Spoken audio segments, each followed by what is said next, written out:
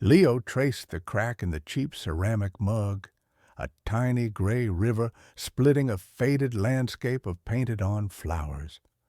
The coffee inside was weak, more brown water than anything else, but it was hot. That was enough. Outside his small window, the city coughed itself awake with the rumble of trucks and the distant wail of a siren. It was a symphony of struggle, a sound he knew in his bones. His own world was a quiet, desperate corner of that larger noise.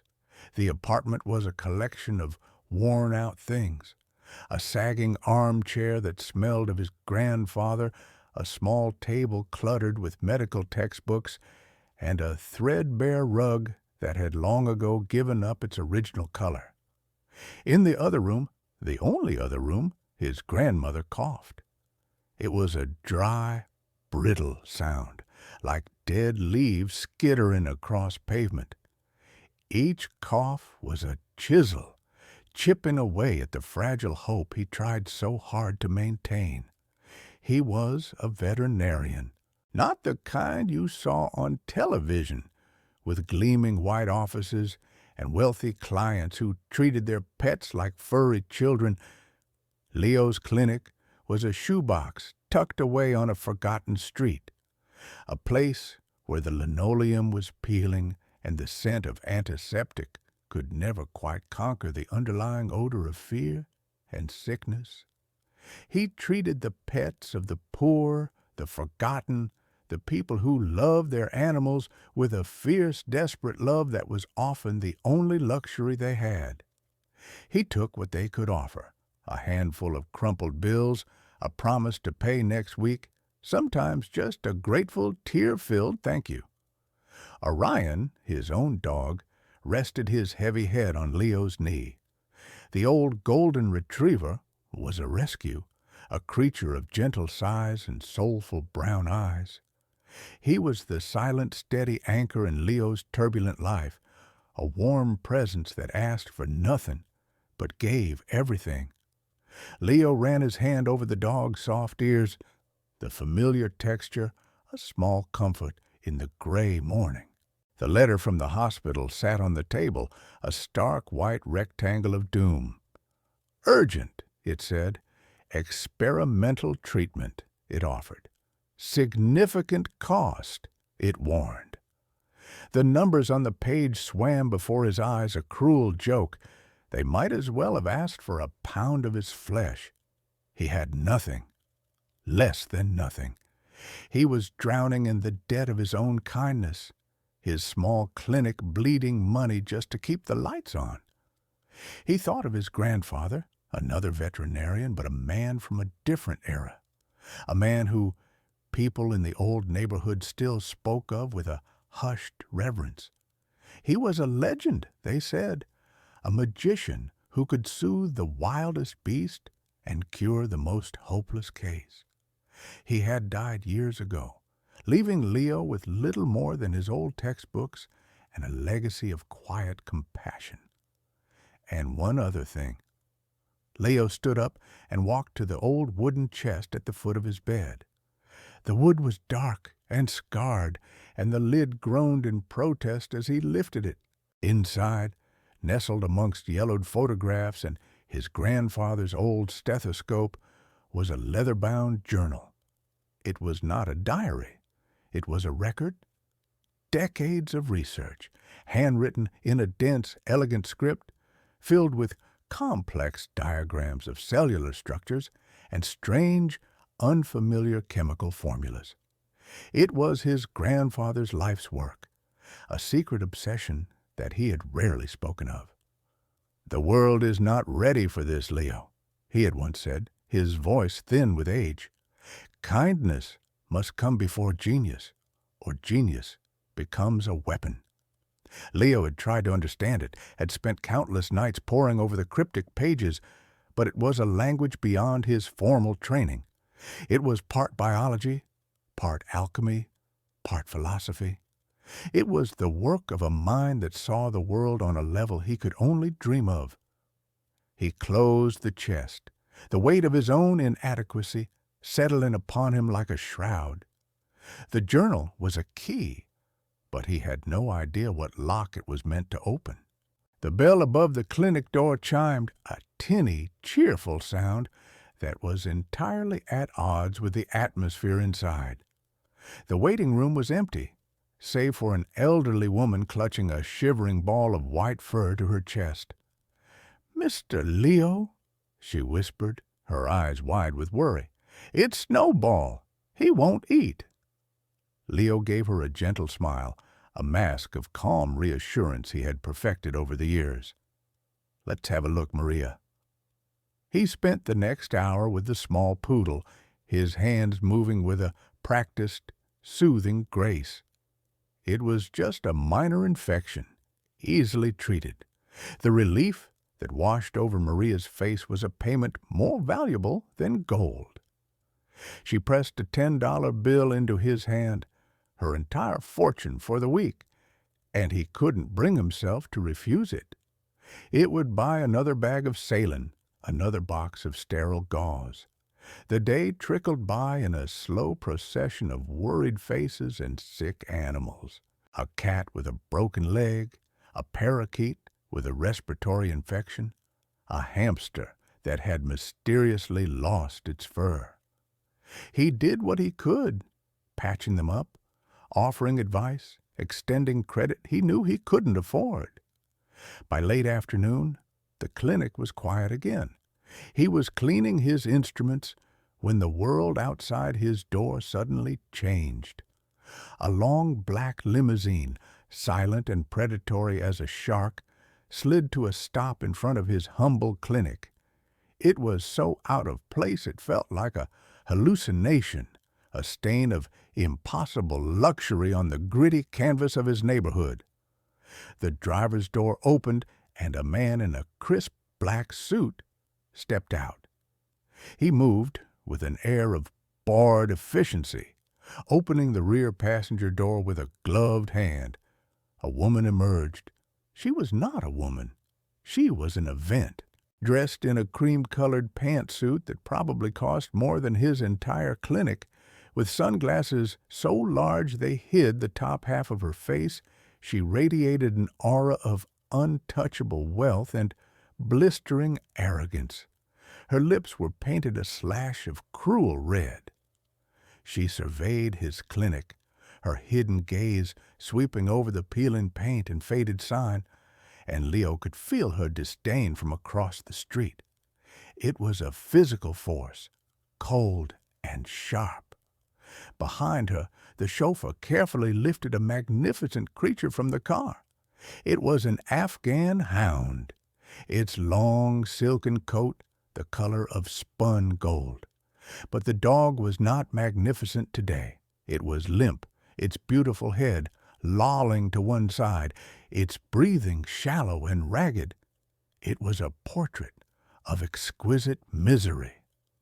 The woman glided towards his door, her heels clicking an aggressive rhythm on the cracked pavement.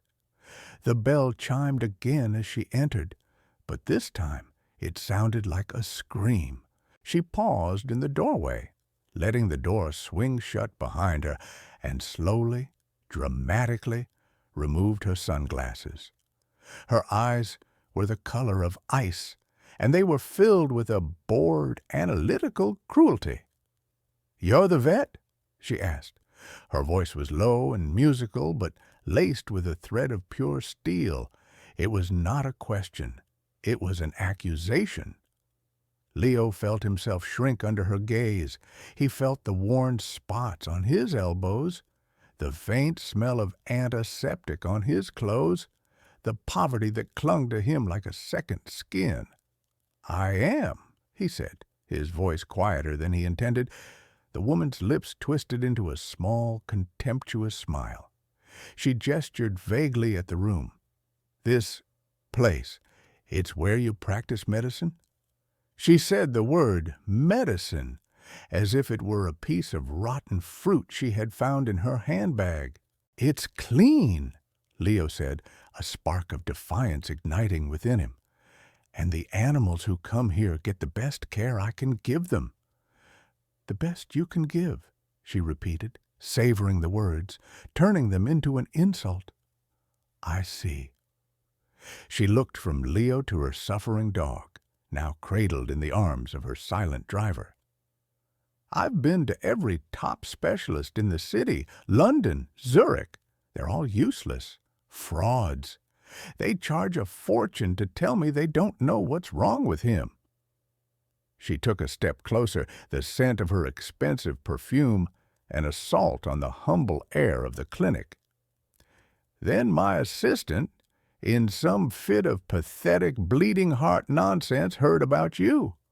The saint of the slums, they call you, the miracle worker for strays and mongrels. She laughed, a short, sharp bark devoid of any warmth. It was the sound of breaking glass. Leo said nothing. He looked at the dog. He could see the life fading from its eyes, the subtle tremor in its limbs. Whatever was wrong, it was serious, it was systemic, and it was moving fast. All his professional instincts screamed at him to help, to ignore the venomous creature who owned him. The woman noticed his focus. His name is Apollo, she said. He's a champion, best in show at Westminster. His bloodline is more valuable than this entire miserable block. She took another step, her icy gaze pinning him to the spot. She was enjoying this exercise in sadistic power. She was a queen visiting a peasant's hovel, amusing herself with his squalor. Someone like you, she continued, her voice dropping to a conspiratorial whisper, you deal in common sicknesses, fleas, mange, the crude ailments of worthless animals. You wouldn't know the first thing about a creature of this caliber. A sick animal is a sick animal, Leo countered, his voice steady now. The sight of the dog suffering had burned away his fear, replacing it with a cold, professional anger. Their pedigree doesn't change their biology. Her smile widened, a predatory flash of white teeth. Oh, a philosopher! How quaint! She reached into her purse and pulled out a checkbook and a pen crusted with tiny diamonds. This is boring me. Let's make it interesting. She scribbled something on the check, tore it out, and held it up. The number written on it made Leo's breath catch in his throat. It was more money than he had ever seen in his life. It was enough to pay for his grandmother's treatment. It was enough to save his clinic. It was enough to change everything. That's a donation, she said, her voice dripping with mockery. For your little charity project here, you can buy all the cheap medicine you want for your pathetic little patients. She paused, letting the offer hang in the air, a glittering, poisonous lure. But you don't get it for free. She pointed a perfectly manicured finger at the dying Afghan hound. I dare you, she said, her voice dropping to a theatrical, challenging hiss. I dare you to cure this dog. Not just tell me what's wrong with him. Cure him. Make him whole again. The room was silent. The only sound was the dog's shallow breathing and the frantic pounding of Leo's own heart. This was a game to her, a cruel public spectacle for an audience of one, herself. She didn't expect him to succeed. She wanted to watch him fail. She wanted the satisfaction of proving that his compassion, his miracles, were useless in the face of a real problem, a problem of her world. He looked at the check, then at the dog, then back at the woman's arrogant, smiling face. Something inside him, something that had been bent and bruised for years, finally snapped. It wasn't about the money anymore. It wasn't about the clinic or even his grandmother. It was about the casual cruelty in her eyes, the assumption that his life, his work, his entire world was a joke to be laughed at and discarded. And if I do? Leo asked, his voice low and hard. The woman seemed taken aback for a moment, surprised that the peasant had dared to speak back. Then her smile returned, wider and more vicious than before. "If you do?" she laughed. "If by some impossible, absurd miracle you cure Apollo, I will not only give you that check, I will double it, and I will personally fund this clinic for the next 10 years." She leaned in closer, her voice a venomous whisper. "But when you fail, and you will fail, you will close this place down. You will pack up your little bag of tricks, and you will disappear. And you will sign a paper right now admitting that you are a fraud, a charlatan who preys on the hopes of the poor." It was an insane, theatrical, sadistic bet, a trap designed to crush him completely. The chauffeur shifted his weight, a flicker of unease in his stony expression. He knew this was wrong, but he remained silent. Leo looked at the dog again. The beautiful animal was fading, a flickering candle in the wind. The experts had failed. The specialists had given up. They had all the technology, all the resources in the world, and they were blind. But Leo saw something, a subtle discoloration in the gums, a specific pattern in the muscle tremors, a faint, almost imperceptible scent on the dog's breath. It was a ghost of a memory, a whisper from the pages of his grandfather's journal. A pattern he had seen before in those strange, elegant diagrams. He felt a terrifying, exhilarating surge of certainty. It was a wild, impossible gamble. His entire future, his grandmother's life, the fate of all the animals he cared for, balanced on the edge of a knife, balanced on a memory of a dead man's secret obsession. He met the woman's icy gaze. The fear was gone, replaced by a resolve as hard and cold as her own eyes. "Fine," Leo said, his voice ringing with a clarity that surprised even himself. "You have a deal." The woman's laughter froze on her lips. She had expected him to grovel, to refuse, to shrink back into his hole. She had not expected this.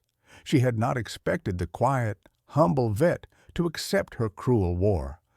For the first time, a flicker of something other than bored arrogance appeared in her eyes. It was surprise, and it was followed by a sliver of doubt, as thin and sharp as a shard of ice. Leo turned to the silent chauffeur. "Bring him in," he commanded, his voice now imbued with an authority that had not been there moments before. "Put him on the examination table, now!"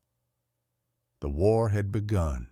The chauffeur, startled by the sudden shift in power, obeyed without question.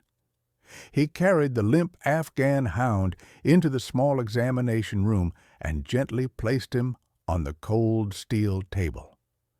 The woman, Valentina Sterling, followed them, her arms crossed, her expression a mask of simmering fury and disbelief.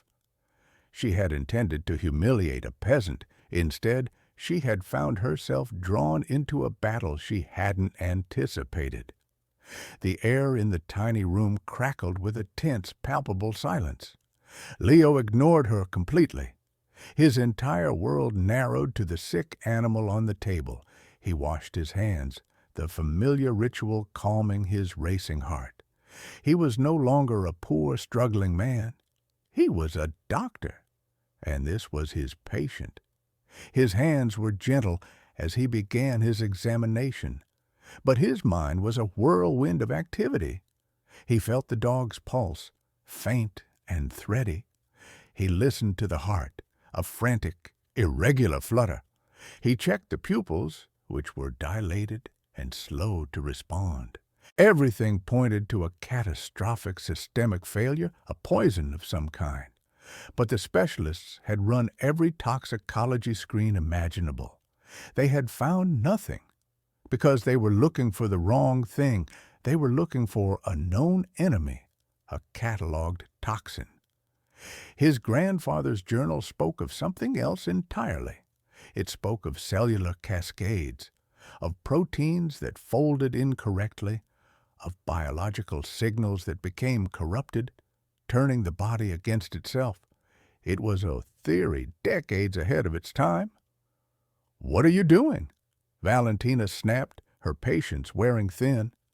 "Poking him isn't going to cure him." Leo didn't look up. "I'm diagnosing him," he said calmly. "Something your expensive experts failed to do." He took a small blood sample, his movements precise and efficient. He placed a single drop on a glass slide and slipped it under the lens of his old battered microscope. It was a relic, a student model from the 1980s, but its lenses were clean and true. He adjusted the focus, the world of swirling red cells coming into view. He added a reagent, a simple staining compound he had mixed himself from a formula in the journal. It was a formula that modern science would have dismissed as nonsense. To the naked eye, nothing happened, but under the microscope, a subtle, terrifying transformation began. Valentina let out an impatient sigh. "Are you finished with your little performance? I don't have all day." "Almost," Leo said, his eye still pressed to the eyepiece. He saw it, a faint, web-like structure appearing within the red blood cells, a crystalline lattice that was slowly, inexorably suffocating them from the inside out. It was exactly as his grandfather had described it, a prion-like protein, but one that didn't attack the brain. It attacked the very foundation of life, the body's ability to carry oxygen. He straightened up, his face pale but his eyes burning with a fierce, triumphant light. He knew what it was, and more importantly, he knew how to fight it. "Well," Valentina demanded, her voice sharp with irritation, "what is your brilliant diagnosis, saint of the slums?" Leo turned to face her, his quiet demeanor gone, replaced by the unshakable confidence of a man who held a profound and powerful truth. "It's not a poison," he said, his voice clear and steady. "It's a molecular collapse, a protein misfolding cascade in the hemoglobin. His blood is crystallizing. He's suffocating on a cellular level."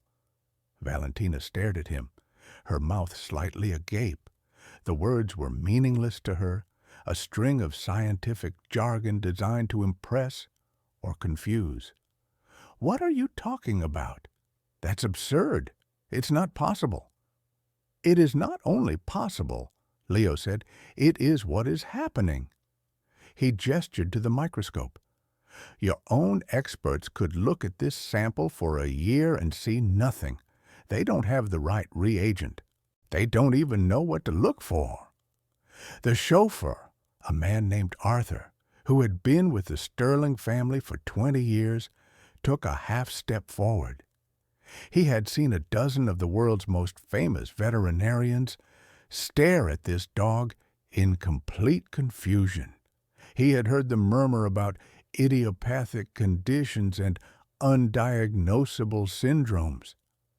This quiet, intense young man in the shabby clinic was the first person to speak with any semblance of certainty. Valentina's expression hardened. This was not going according to plan. The vet was supposed to be a bumbling fool, not a confident academic. "Fine," she sneered, recovering her composure. "You've invented a very impressive-sounding disease. Congratulations. But our bet wasn't about a diagnosis. It was about a cure. So cure him right now."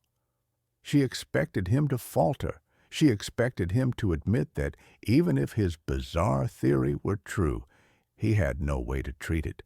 It was the final, inescapable checkmate. Leo held her gaze. "The cure is not as simple as an injection," he said slowly. "The cascade has to be reversed.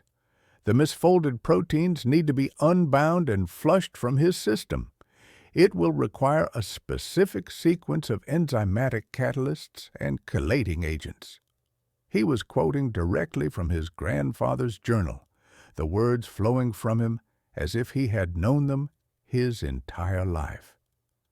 He walked over to a small refrigerated cabinet and pulled out a series of unlabeled glass vials filled with clear and amber liquids.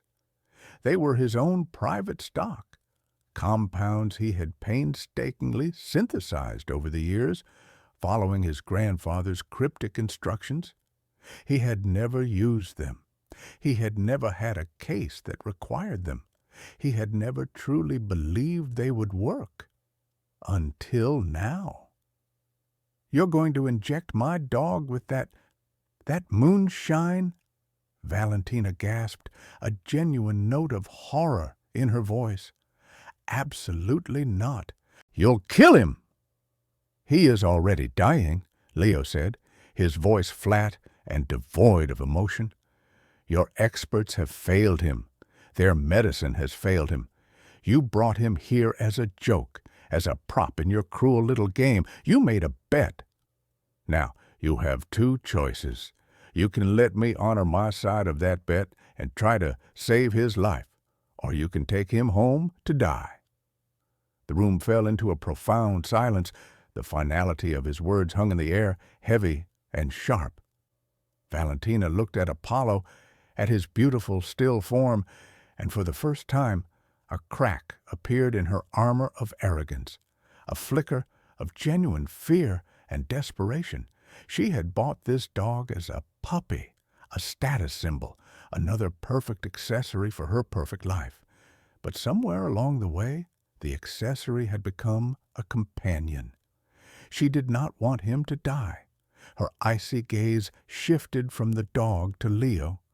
She saw no fear in his eyes, no deception, only an unnerving absolute certainty.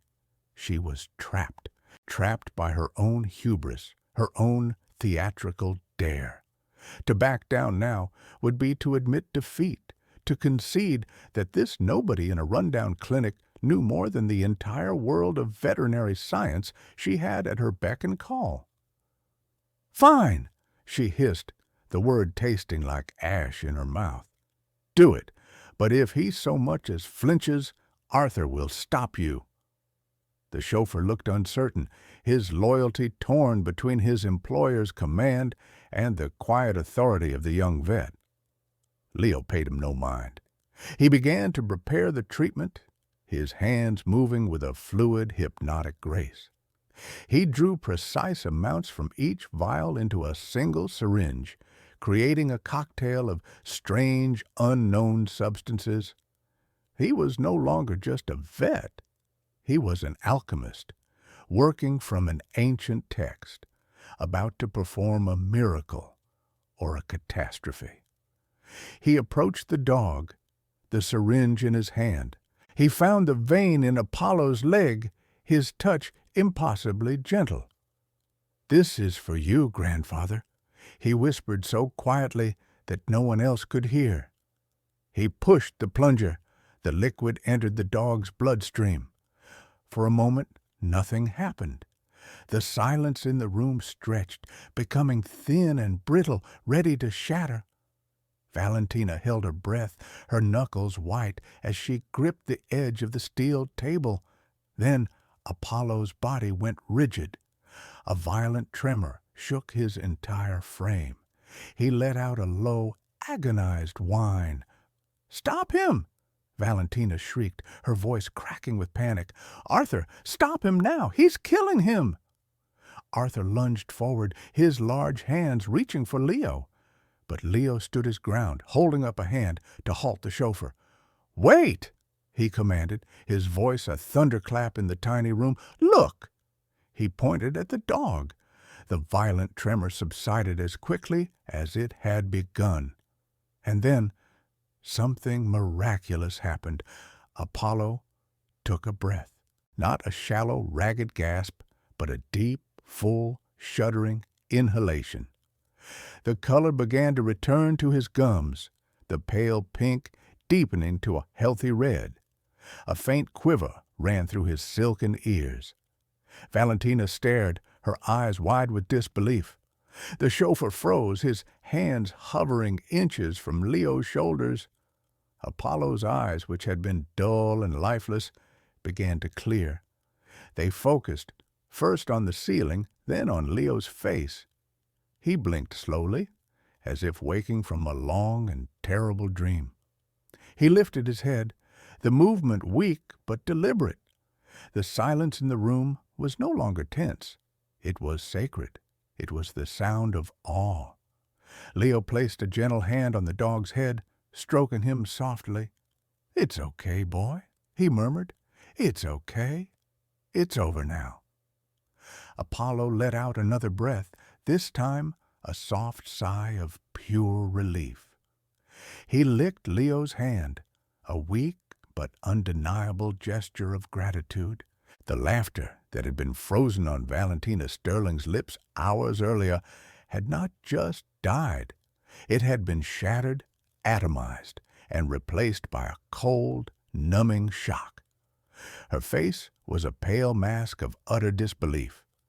The architect of public humiliation was now the subject of a silent, profound one. The world, her world, had just been turned upside down by a quiet man in a shabby room. She stood paralyzed, her mind refusing to process what her eyes had just seen. Arthur, the chauffeur, slowly lowered his hands. He looked from the reviving dog to the young vet, and his expression of stoic professionalism dissolved into one of pure, unadulterated astonishment. He had been a silent witness to Valentina's casual cruelties for 2 decades. He had seen her break powerful men with a single, cutting remark. But he had never, ever seen her silenced. Leo continued to minister to the dog, his focus absolute.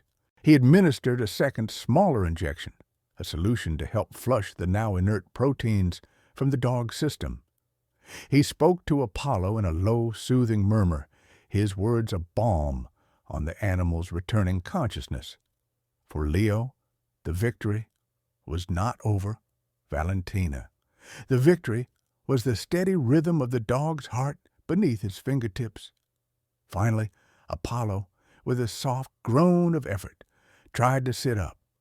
He was weak, his limbs trembling, but the spark of life had returned to him, a vibrant flame where only embers had been moments before. It was this act, this simple, determined movement, that finally broke Valentina's paralysis. "How?" she whispered, the single word a fragile thing in the heavy silence. "How is that possible?" Leo finally turned to look at her. The anger was gone from his face, replaced by a deep, weary sadness. "I told you," he said simply. "I reversed the cascade." But no one could even diagnose it. The Sterling Institute itself, the best minds my family's money can buy, they called it a dead end. The words tumbled out of her, a confession of her own expert's failure. Suddenly, the name hung in the air. Sterling. The Sterling Institute. Sterling Pharma. A cold dread, sharp and familiar, washed over Leo. He looked at the woman, truly looked at her, and saw not just an arrogant millionaire, but the heir to a vast, powerful pharmaceutical empire. An empire his grandfather had railed against in the margins of his journal. "Sterling," Leo repeated softly. "Your father? Is he Richard Sterling?" Valentina's eyes narrowed, suspicion replacing her shock. "What does my father have to do with this?" Before Leo could answer, the clinic's bell chimed again. An elderly man stood in the doorway leaning heavily on a cane. He had kind eyes, wrinkled and wise, and he was dressed in a simple but clean tweed jacket. He looked at Leo, then at the dog on the table, and a slow, knowing smile spread across his face. "Mr. Thomas," Leo said, his voice filled with surprise and relief. Mr. Thomas had been his grandfather's assistant for 40 years, a man who had retired into quiet obscurity after the old vet's death. He was the one who had entrusted the journal to Leo. "I got your message, Leo," Mr. Thomas said, his voice a gentle rasp. He ignored Valentina completely and walked over to the examination table. He looked down at Apollo, his smile widening. "He did it, didn't he? The old man's formula. I always knew it would work. I always told him." He then turned his gaze upon Valentina Sterling, and the kindness in his eyes was replaced by something hard and ancient, a memory of an old and bitter injustice. "You have your father's eyes," he said to her, his voice losing its gentle quality. "The same arrogance, the same blindness." "Who are you?" Valentina demanded, her authority beginning to reassert itself, a reflex against the crumbling of her world. "How do you know my father?" "Oh, I know Richard Sterling very well," Mr. Thomas said, his voice laced with a cold irony. "And so did Leo's grandfather, Dr. Alastair Finch, a far greater scientist than your father ever was." The connection clicked into place in Leo's mind with the force of a physical blow. The notes in the journal, the angry scribbles about stolen research, the rants against corporate greed, the name that appeared over and over again, Sterling. "Your father didn't just fail to diagnose this condition," Leo said, his voice trembling with a dawning righteous fury. "He helped create it." "That's a lie," Valentina snapped.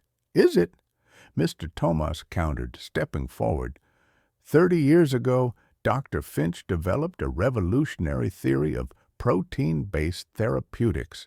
He discovered not only this specific condition, but a dozen others like it. He created the cures. He was on the verge of a breakthrough that would have changed medicine forever, for humans and animals. He presented his preliminary findings to a young, ambitious colleague who had promised him funding and a state-of-the-art lab, a man named Richard Sterling. The story poured from the old man, a torrent of suppressed history. "Sterling stole it," he said, his voice raw with decades of anger. "He stole all of it. He buried the research, patented a handful of the less effective ancillary compounds, and built his empire, Sterling Pharma, on the back of Alastair Finch's stolen genius. He called the core research unviable and dangerous, and used his new power to ruin Alastair's reputation, casting him out as a crank and a madman." Leo stared at Valentina, the full monstrous picture coming into focus. His grandfather wasn't just a humble vet, he was a ruined genius. And this woman, this arrogant, cruel woman, was the heiress to the very empire that had destroyed him. The sickness in her dog was not some random tragedy. It was a ghost from the past, a direct consequence of her own family's greed. Sterling Pharma, in its rush to market profitable symptom management drugs, had likely created environmental or dietary triggers that allowed these latent genetic conditions, the very ones Alastair Finch had discovered, to emerge. "My father is a great man," Valentina said, her voice shaking, but her words were hollow, a desperate mantra against the encroaching truth. "Your father is a thief," Mr. Thomas said bluntly, "and the proof has been sitting in a leather-bound journal for 30 years. He nodded toward Leo. "Proof that he now holds." The weight of the journal, the secret key, suddenly felt immense. It wasn't just a book of formulas, it was a weapon. It was justice, waiting. Valentina's face went from pale to ashen. The implications were catastrophic. If this story was true, if this man and his grandfather's dusty book could prove it, her family's legacy, their entire fortune, would be built on a lie. It would be the biggest scandal in the history of pharmaceuticals. Her shock finally gave way to cold, calculating fury. The cornered animal is the most dangerous. "This is blackmail," she snarled, her voice dropping to a low, menacing growl. "You have no proof, just the ramblings of a senile old man and a discredited crank." She pulled out her phone, her fingers flying across the screen. "You think you've won? You have no idea who you're dealing with." She was no longer playing a game. She was waging a war for survival. "I will ruin you," she whispered, her eyes promising a world of pain. "I will bury you so deep no one will ever remember your name. This clinic will be a pile of rubble by morning. Your grandmother will be thrown out of that hospital. You will have nothing." The threats were not idle. Leo knew she had the power to make them real. He felt a wave of fear, cold and sharp, but it was quickly extinguished by the fire of his grandfather's memory. He was no longer just fighting for himself. He was fighting for a legacy of stolen brilliance and buried truth. "The truth doesn't need threats, Valentina," Leo said, his voice ringing with a newfound power. He gestured to the dog, who was now drinking water from a bowl, his tail giving a weak but hopeful thump, thump, thump against the steel table. "The proof is right there. It's in the cure, a cure your father's entire empire couldn't find, because he hid the map." Just then the bell chimed once more. A man in a sharp, expensive suit stood in the doorway. He was not with Valentina. His eyes were wide with a kind of nervous energy, and he clutched a briefcase to his chest. "Mr. Leo Finch?" the man asked, his voice respectful. "My name is David Chen. I'm a science reporter with the New York Times. Mr. Thomas called me. He told me I might witness a medical impossibility today." His gaze fell upon the recovering dog, and his jaw dropped. "My God," he breathed. He wasn't exaggerating. Valentina Sterling stared at the reporter, then at Mr. Thomas's triumphant face, then at Leo, who stood calm and resolute amidst the wreckage of her world. The silent army had begun to gather, and she was surrounded. Valentina's face contorted into a mask of pure rage. The arrival of the reporter was a calculated, devastating blow. This was no longer a private humiliation. It was escalating into a public execution. Her instinct for self-preservation, honed by a lifetime of privilege and power, took over. She turned on Leo, her voice a low, venomous hiss. "You will regret this," she whispered, the promise hanging like a toxic cloud in the small room. She spun on her heel and stormed out of the clinic, shoving past the stunned reporter without a word. She threw herself into the back of the limousine, her composure utterly shattered. "Arthur, drive!" she shrieked, her voice cracking. "Now!" As the silent car pulled away from the curb, she was already on the phone, her words a rapid-fire torrent of commands to her father's lawyers. "Kill it! Bury the story! Buy the reporter! I want a team of investigators on this vet, Finch. I want to know everything. Find his weakness. Everyone has one. I want him destroyed." Back in the clinic, the tense atmosphere began to dissipate, replaced by a strange mix of exhaustion and exhilaration. The reporter, David Chen, was scribbling furiously in a small notebook, his eyes darting between Leo, Mr. Thomas, and the now sleeping Apollo. "Is it true?" Chen asked, his voice hushed with excitement. "Everything Mr. Thomas told me?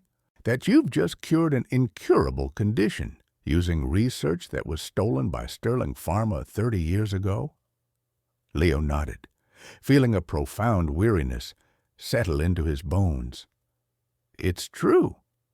He looked at Mr. Thomas, who gave him a reassuring nod. The old man had not just been a passive keeper of the secret.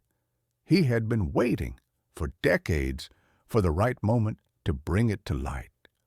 He had cultivated contacts, like the reporter, keeping the embers of his old boss's legacy alive. This is bigger than a Nobel Prize," Chen stammered, the scale of the story dawning on him. This could bring down one of the largest pharmaceutical companies in the world. He looked at Leo with a newfound respect. You're going to need more than a good story. You're going to need irrefutable proof. And you're going to need protection. The Sterlings don't play fair. We have the proof, Mr. Thomas said, tapping the side of his head.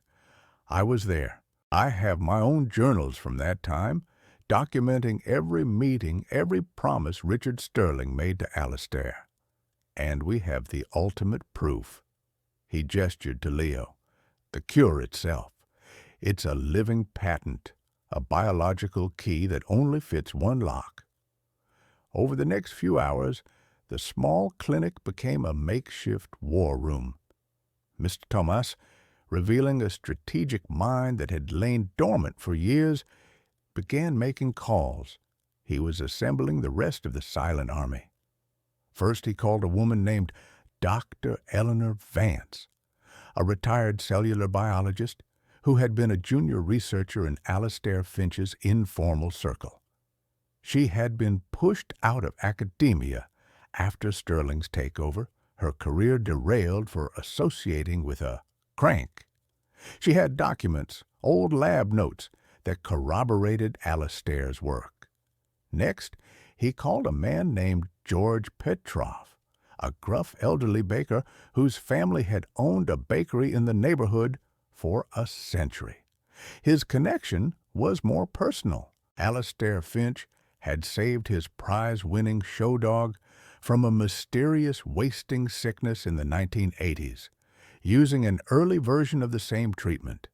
He was a witness, living proof that the cure was not a new invention, but a legacy. As the Allies gathered their strength, Valentina's retaliation began. It was swift and brutal. Leo's phone rang. It was the administrative director of his grandmother's hospital. His voice was cold and bureaucratic. "Mr. Finch," the director said, "I'm afraid there has been a review of your grandmother's case. The board has determined that her eligibility for the experimental treatment program has been revoked. Furthermore, due to outstanding payments on her account, we will need to discharge her within 24 hours unless the balance is paid in full." The words hit Leo like a punch to the gut. The balance was astronomical. It was a death sentence. He knew, with sickening certainty, that Valentina was behind it. The hospital's largest philanthropic donor was, of course, the Sterling Family Foundation. I don't understand," Leo stammered, the blood draining from his face. "It's not for you to understand, Mr. Finch. It's a board decision." "I'm sorry," the director said, the insincerity dripping from every word.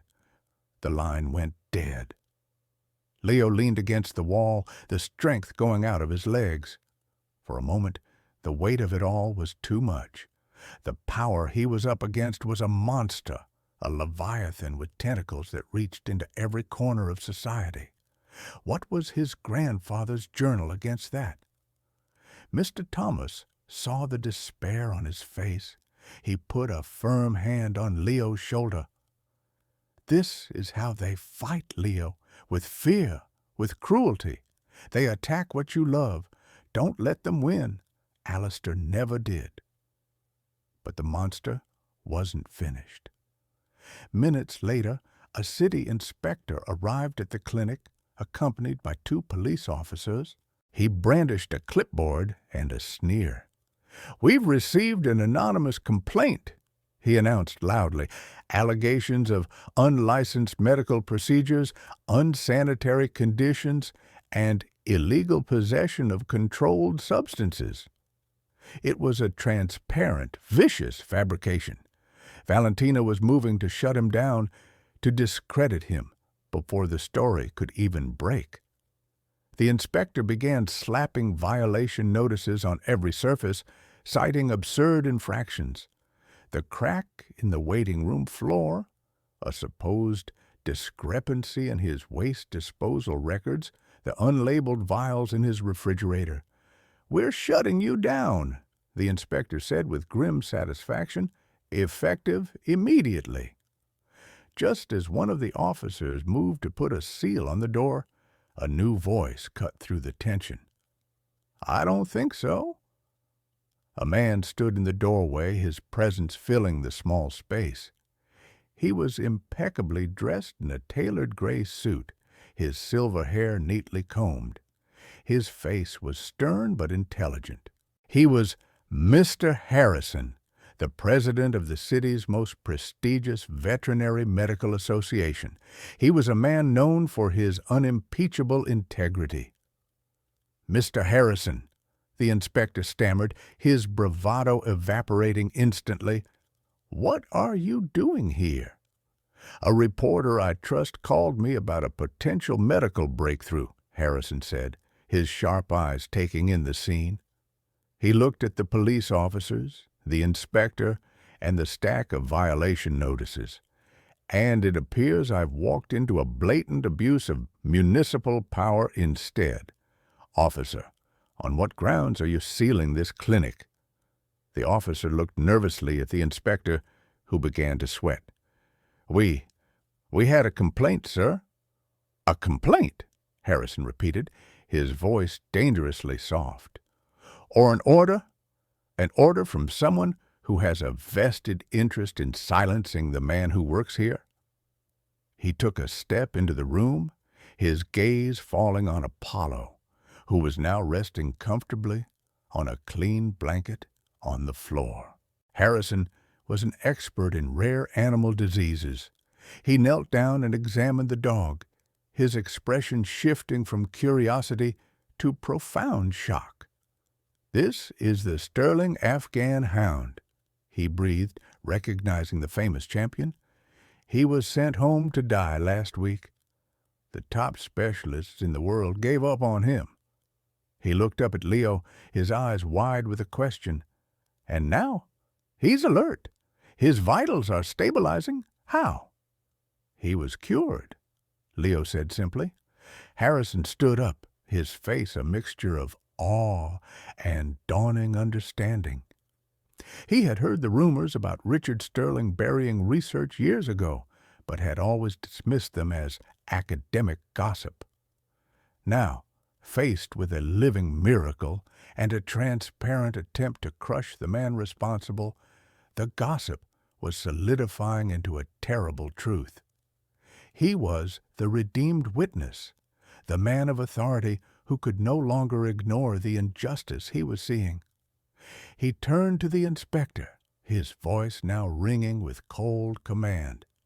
"You will remove these notices. You and your officers will leave this clinic, and you will tell whoever sent you that the Veterinary Medical Association is now taking a direct interest in Dr. Finch and his work. If I hear so much as another whisper of harassment, I will personally launch an investigation that will reach the mayor's office and beyond. Am I clear?" The inspector, pale and trembling, simply nodded. He gathered his papers and practically fled the clinic, the officers trailing in his wake. Mr. Harrison then turned to Leo, his expression softening. "It seems you've made a very powerful enemy, son, but you've also made a powerful friend." He handed Leo his card. "My association will provide you with legal counsel. Top tier, pro bono. We will fight the hospital. We will protect this clinic. You just focus on the science. bring the truth to light. It's long overdue. The tide had turned. Valentina's brute force attack had backfired, serving only to galvanize the forces gathering around Leo. The silent army was no longer silent. It had a voice, it had a leader, and it had the unshakable power of the truth. The stage was being set for the final confrontation, a battle not just for a company or a fortune, but for the soul of a legacy. The days that followed were a whirlwind of strategy and preparation. Mr. Harrison was true to his word. A team of sharp, aggressive lawyers descended upon the hospital administration, filing injunctions and threatening a massive public lawsuit for medical malpractice and ethical violations. The discharge order for Leo's grandmother was rescinded within hours. The hospital, faced with a public relations nightmare and the wrath of the entire medical association, buckled completely. They quietly moved her to a private suite and assigned their top oncologist to her case, all courtesy of the hospital's discretionary fund. It was a silent, terrified apology. Meanwhile, David Chen's initial article, carefully vetted by the lawyers, was published online. It didn't mention the Sterlings by name. It was more tantalizing. It spoke of a miracle cure in a forgotten clinic, a lost science rediscovered, and a dying champion dog brought back from the brink. It was a breadcrumb, a carefully laid piece of bait, and it set the world of science and finance buzzing. The article went viral, a story of hope and genius that captured the public imagination. Valentina and her father were trapped. They couldn't issue a denial without confirming that it was their dog and their company at the center of the rumors. They couldn't remain silent as the story grew. They were caught in a feedback loop of their own making, their attempts at suppression only fanning the flames. Their only option was to escalate, to force a final decisive confrontation where they believed they could still control the outcome. The summons came on a crisp autumn morning. It was a formal notice for an emergency hearing of the board of directors of Sterling Pharma. The agenda was singular: to address and refute malicious and unsubstantiated claims made against the company's research integrity by one Leo Finch. They were bringing the battle to their home turf, a gleaming boardroom on the 81st floor of the Sterling Tower, a place where they were kings. They intended to make it an execution. "This is it," Mr. Harrison said, looking at the summons. "This is their final gambit. They're going to try to bury you in legal jargon and corporate power." The small team gathered in Leo's clinic, which was now under the 24-hour protection of a security firm hired by the Medical Association. Apollo, gaining strength every day, was a constant living reminder of what was at stake. Mr. Thomas, Dr. Vance, George the baker, and Leo sat around the small table, planning their counterattack. "They'll have their own experts, Doctor," Vance warned, "paid scientists who will testify that Alistair's research is pseudoscience. They will try to discredit the very foundation of the cure. And I will testify that I saw it work with my own eyes 30 years ago," George Petroff growled, his big hands clenched into fists. "And I will provide the paper trail," Mr. Thomas added, tapping a worn briefcase. "The letters, the meeting notes, the proof of their theft." Leo was quiet. He held the key. Not just the journal, but something else.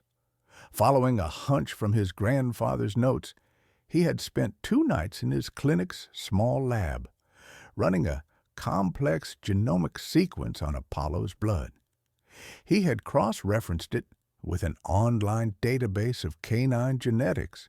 He had found what he was looking for, a unique genetic marker, a flaw, and then he had searched patent databases looking for drugs developed by Sterling Pharma to treat symptoms associated with that marker. And he found it, a direct, undeniable link. He had compiled everything onto a single encrypted USB drive. The journal, Mr. Tomas's notes, Dr. Vance's corroborating research, and his own final devastating discovery. It was a digital bomb. The day of the hearing arrived. The Sterling Tower was a monument to arrogant power, a spear of glass and steel piercing the clouds. Leo, dressed in a simple dark suit bought for him by Mr. Harrison, felt small and insignificant as he walked into the cavernous marble lobby. But he was not alone. Mr. Harrison was at his side, a calm and powerful ally. Mr. Thomas, Dr. Vance, and George Petroff followed behind them, a small, determined army of the past marching into the future. They were escorted to the 80th floor. The boardroom was an arena of expensive silence. A long, polished mahogany table reflected the sky outside. At one end sat Richard Sterling, an older, more weathered version of his daughter, his face a mask of cold fury. Valentina was beside him, her eyes burning with a hateful fire. They were flanked by a dozen board members and a team of predatory lawyers. Richard Sterling began without preamble, his voice a low, authoritative rumble. This board has been convened to put an end to a ridiculous and defamatory fantasy. A fantasy concocted by a disgruntled, failed academic and carried out by his grandson, a man who runs a back-alley clinic and now seeks to enrich himself by slandering the name of this company. He gestured to a screen where a presentation began. It was a slick, brutal character assassination of Alastair Finch, filled with out-of-context quotes and testimonies from paid rivals, painting him as an unstable eccentric. Then they turned on Leo, displaying photos of his humble clinic, implying he was a charlatan preying on the poor. Then came their final move, what they believed was the unbeatable checkmate. One of their lawyers stood up, a cruel smile on his face. "Furthermore," he announced, "our investigation has uncovered a rather pertinent fact.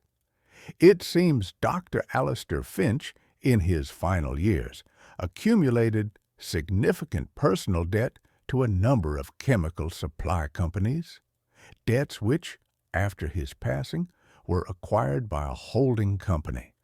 That holding company, as it happens, is now a subsidiary of Sterling Pharma." He placed a thick portfolio on the table. "We are now the legal owners of Dr. Finch's intellectual property, pledged as collateral against his debts. That includes any and all personal research, notes, and journals.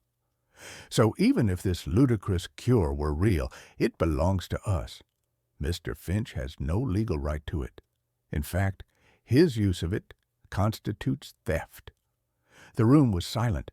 It was a brilliant, vicious move, a legal loophole designed to swallow the truth whole. Valentina stared at Leo, her smile triumphant and sadistic. She had him. They had won. Mr. Harrison leaned over to Leo. "Don't worry," he whispered. "We can fight this in court for years." But Leo shook his head. He stood up. He was no longer the timid man who had shrunk under Valentina's gaze. He was the keeper of a legacy, and his voice was clear and strong. "You are correct about one thing," Leo said, his words cutting through the smug silence. "My grandfather died in debt. He died in debt because he spent every penny he had on his research. Research that your company stole, leaving him with nothing but bills." He walked to the head of the table, placing the small USB drive down with a soft click. "But you are wrong about everything else. You think you bought his legacy, but you can't own a truth you don't understand." He nodded to Mr. Harrison, who connected the drive to the room's projector. The slick corporate presentation vanished, replaced by the first page of Alistair Finch's journal, his elegant handwritten script filling the screen.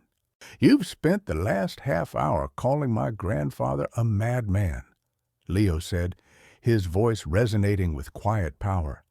"Now let him speak for himself." He began to walk the board through the research. He didn't just show the formulas, he explained the elegant revolutionary science behind them. He showed Alistair's predictions, his warnings about the very class of drugs Sterling Pharma had built its fortune on. Dr. Vance stood and provided a calm academic corroboration, her voice trembling with the vindication of a lifetime. The board members, who had been sneering moments before, were now leaning forward, their expressions shifting from skepticism to fascination and then to horror. They were not just businessmen. Many were scientists themselves. They recognized the genius on the screen. They recognized the truth. Then Leo played his final card. "You claim my grandfather's work is pseudoscience. You claim the cure is a fluke. But your company knows better, because your company has been profiting from the disease for years." A new file opened on the screen. It was a complex genomic chart.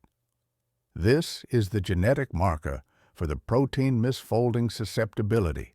It's a rare flaw, found in only a few specific purebred canine lines, including, of course, champion Afghan hounds." He then displayed a list of Sterling Pharma's patents. "And this," he said, his voice dropping, "is your drug, cardiostabilin, a billion-dollar-a-year drug. It doesn't cure anything. It merely manages the symptoms of cardiac distress in animals with this exact genetic marker. You have spent a fortune treating the smoke, all while knowing, or at least suspecting, that my grandfather had already discovered the fire." The room erupted. Board members were on their feet, shouting at Richard Sterling, who sat frozen, his face the color of old parchment. This was not just theft of intellectual property. This was a conspiracy of staggering proportions, a deliberate decision to suppress a cure in order to sell a lifetime of expensive treatments. It was the most heinous crime in medicine. "And the final piece of the puzzle," Leo said, his voice cutting through the chaos. He displayed a final document, a shipping manifest from 30 years ago, uncovered by Mr. Harrison's legal team. It was for a chemical disposal company. It detailed the destruction of several barrels of a specific experimental enzymatic compound. The disposal was ordered and paid for by a young executive at a rival firm, Richard Sterling. It was the catalyst, the core component of Alistair's cure. He hadn't just stolen the research. He had tried to erase it from the face of the earth. It was over. The evidence was absolute, irrefutable, and utterly damning. Richard Sterling seemed to shrink in his chair, a titan reduced to a frail, terrified old man. Valentina stared at the screen, then at her father, then at Leo, her face a canvas of dawning, soul-crushing horror. The entire foundation of her life, her wealth, her status, her identity, was a monstrous lie. One of the board members, a woman with a steely expression, stood up and pointed a trembling finger at Richard Sterling. "I move for an immediate, unanimous vote of no confidence.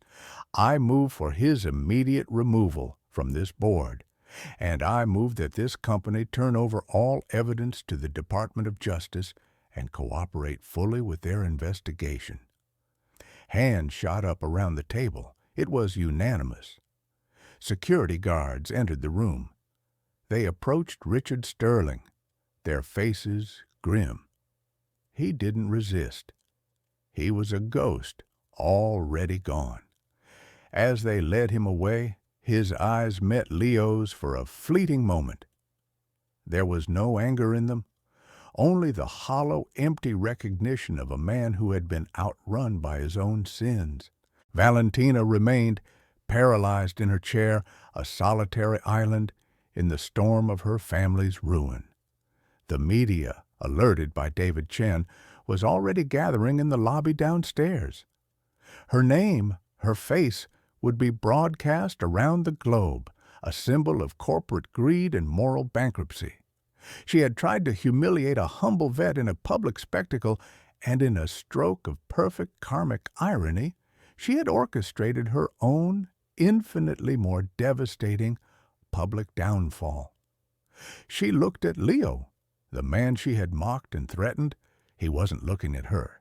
He was looking at his grandfather's words on the screen, his expression one of sad, quiet vindication. He had won, not by being cruel or powerful, but by being right. The aftermath was a cascade of justice. The Sterling empire, built on a foundation of lies, crumbled into dust. Richard Sterling was indicted on charges of fraud, corporate espionage, and racketeering. The stock plummeted to zero. The company was dismantled, its assets seized and liquidated to pay for a mountain of lawsuits from pet owners and rival companies whose research had been stifled by Sterling's dominance. Valentina lost everything: the houses, the cars, the clothes, the status. It all evaporated. The press was merciless, hounding her, her face a constant feature in headlines about the scandal of the century. She became a pariah, the friends who had once laughed at her cruel jokes now refusing to even take her calls. She was left with nothing but the toxic legacy of her family's name. But Leo felt no joy in their destruction. His victory was not in their ruin, but in the restoration of his grandfather's name. Dr. Alastair Finch was posthumously awarded the highest honors in veterinary medicine. His journal, once a secret obsession, became a foundational text for a new generation of scientists. The field of protein-based therapeutics, suppressed for 30 years, exploded with new research and new hope. The first thing Leo did was not for himself. The settlement from the Sterling estate was immense, a fortune beyond his wildest dreams. His first act was to establish a fund to pay for his grandmother's complete long-term care, ensuring she would want for nothing for the rest of her life. He sat by her bedside as she woke from the haze of her illness, the new treatments already working their quiet magic. She looked at him, her eyes clear for the first time in years, and saw not just her grandson, but the legacy of the man she had loved. Tears streamed down her face, tears of pride and relief. The past was beginning to heal. His second act was for Apollo. Valentina, in her ruin, had abandoned the dog, leaving him at the clinic as if he were another piece of unwanted furniture from her old life. Leo officially adopted him. The magnificent Afghan hound, now fully recovered, became a permanent, joyful resident of the small clinic, a living symbol of the truth. Then Leo turned his attention to the future. He didn't buy a mansion or a sports car. He bought the entire block his clinic was on. He tore down the dilapidated buildings, and in their place he built the Alastair Finch Institute for Veterinary Science. It was not a cold corporate tower, but a beautiful, state-of-the-art facility with warm lighting, green spaces, and a massive, gleaming clinic at its heart. The sign above the door was simple: all creatures welcome, all care provided. He endowed the Institute with a simple, unbreakable charter. No animal would ever be turned away due to its owner's inability to pay. All of Alistair Finch's research, including the cures for dozens of other conditions found within the journal, were made public domain, free for any scientist in the world to use and build upon. He had been given immense power, and his first instinct was to give it all away. One afternoon, months later, as the Institute was nearing completion, Mr. Thomas brought Leo a small, dusty box. "I've found this at the bottom of Alistair's old chest," he said. "I think he wanted you to have it, but only after you understood everything else." Inside was a single sealed envelope. On the front, in his grandfather's familiar script, it said, "For Leo." Leo's hands trembled as he opened it. It was a letter written on old yellowed paper. "My dearest Leo," it began, "if you are reading this, it means the world has finally caught up to my work. It means you have found the truth, and I hope you have found it with courage and compassion. I am sorry for the burden I have left you. The journal is more than science. It is a moral test. I learned a hard lesson in my life. Genius without empathy is a curse. Wealth without generosity is a prison. I saw my brilliant work stolen by a man who had a great mind but a tiny soul. Richard Sterling was not evil in the beginning. He was just empty. And he tried to fill that emptiness with money and power, and it consumed him. Do not make his mistake. This knowledge, this wealth that may come from it, is not yours to hoard. It is a debt we owe to the world, to the creatures we share it with. True wealth is not what you accumulate. It is what you give away. The legacy I want to leave is not one of patents and profits, but of kindness and healing. Use this power to build bridges, not walls. Use it to lift up the forgotten. That is the only cure that truly matters. I am proud of you, my boy. I always have been. You have my hands, but more importantly, you have your grandmother's heart. That is a combination that can change the world." Leo folded the letter, his eyes blurred with tears. The final piece of the puzzle had fallen into place. He finally understood the full weight and meaning of his inheritance. It was not a fortune. It was a responsibility, a sacred trust.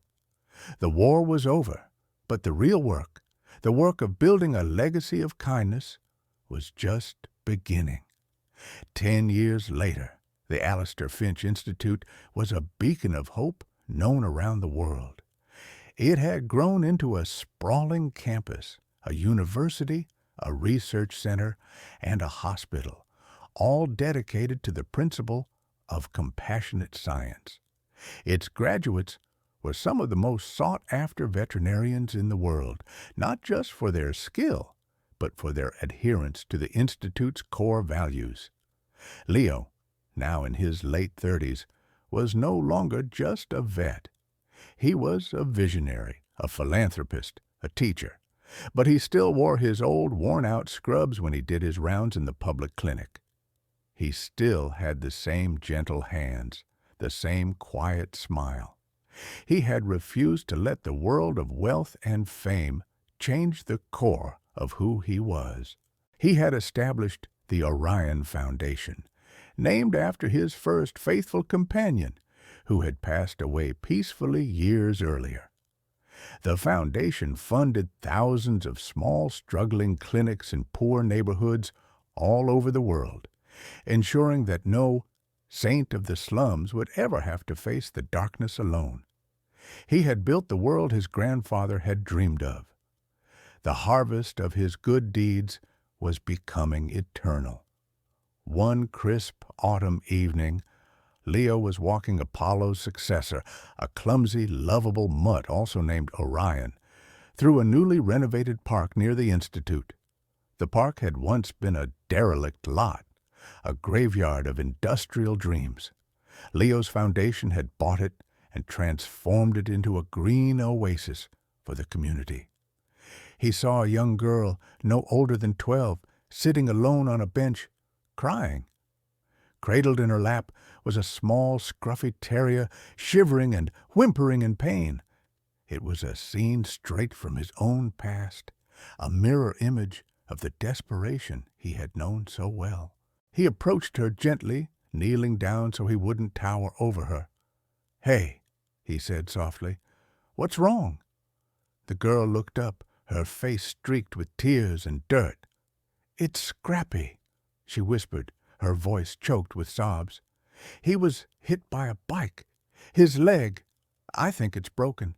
I took him to a clinic down the road, but they said it would cost $500 to fix. I don't have any money."